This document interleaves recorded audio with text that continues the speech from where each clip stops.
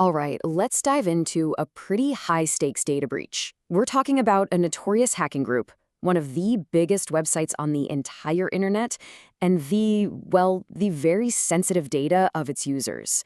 This is the story of ShinyHunters versus Pornhub. So let me ask you something. How private do you think your private browsing actually is? It's a question we should probably all be asking ourselves more often. Because when a massive website like Pornhub gets targeted, the answer can become really, really public for millions of people. And in this case, that's exactly what was on the line. And boom, this is the threat that kicks our whole story off. A direct, no-nonsense demand from the hacking group ShinyHunters, sent right over to the news agency Reuters. The stakes were set right from the start, in the clearest possible terms. Pay up, or your user's most private data gets leaked to the world. Okay, so what we have here is a classic digital standoff. But to really get a feel for the impact of this threat, you first have to understand the sheer scale of the company they were targeting. Just look at that number, 100 million. That is the staggering number of daily visits Pornhub claims to get. A digital footprint that massive makes it one of the most visited sites on the entire web. And yeah, an incredibly tempting target for hackers. But here's the thing, this wasn't an attack on every single one of those visitors. The hackers were really specific. They claimed to have data from the site's premium users, the people who actually paid for things like ad-free viewing and HD videos. And that's the key, right? These are the users who had actually handed over their payment info and personal details.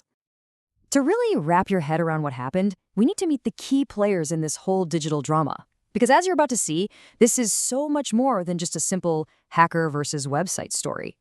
So you've got ShinyHunters, the attackers, Pornhub, obviously, the target, and the premium users, the people whose data is hanging in the balance. But notice that fourth name on the list, Mixpanel. They're a third-party data analytics provider. You're going to want to keep them in mind because they become absolutely central to the mystery of how this whole thing went down. Now, it's important to understand that ShinyHunters aren't some new group that just popped up. Not at all. They are a pretty well-known crew in the cybercrime world, and they've been linked to major breaches at big companies like Salesforce and a bunch of luxury retailers. So, to put it simply, they have a track record. But look, whenever a hacking group makes a huge threat like this, the first question is always the same. Is it for real? Are they bluffing? In this case, the news agency Reuters decided they were going to find out. And their process for checking this out was super methodical. First, they got a sample of the stolen data directly from the hackers themselves. Then, they cross-referenced it with data from other totally unrelated breaches. And finally, and this is the most important step, they actually started reaching out to the people whose names were on the list to get confirmation. So, what was the verdict? Well, the data was authentic. It was the real deal. At least 3 former premium users confirmed that, yep, their details were correct. But, and this is a huge but, they all pointed out something really interesting. The data was old, from several years ago. And that little detail, it turns out to be very, very important. Okay, so now we get to the heart of the corporate dispute. We know the data is real, but where on earth did it come from? This is where the story gets really messy, with all the companies involved pointing fingers at each other. If you just look at the timeline, you can see how the story unfolds. At the end of November, Mixpanel announces they had a security issue. 2 weeks go by, and then Pornhub discloses its own incident and immediately points the finger straight at Mixpanel. Then, just a few days after that, ShinyHunters goes public with the data and their ransom demand. And this right here is the core of the whole conflict.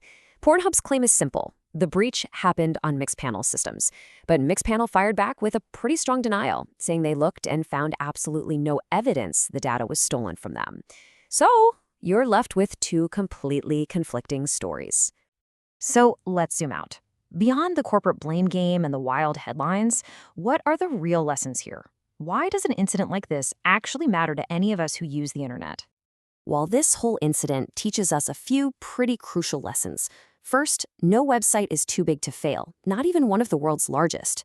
Second, your data is only as secure as the weakest link in the chain, and that weak link might be a third-party service you've never even heard of. It's also just a stark reminder that nothing we share online is ever truly 100% private. And finally, as we just saw, when a breach does happen, getting a straight answer on who's to blame can be next to impossible. Ultimately, this whole thing forces us to ask a really fundamental question. In a world where our data is constantly being collected and shared, often by companies we don't even know exist, what does privacy truly mean anymore? And, what can any of us realistically do to protect it?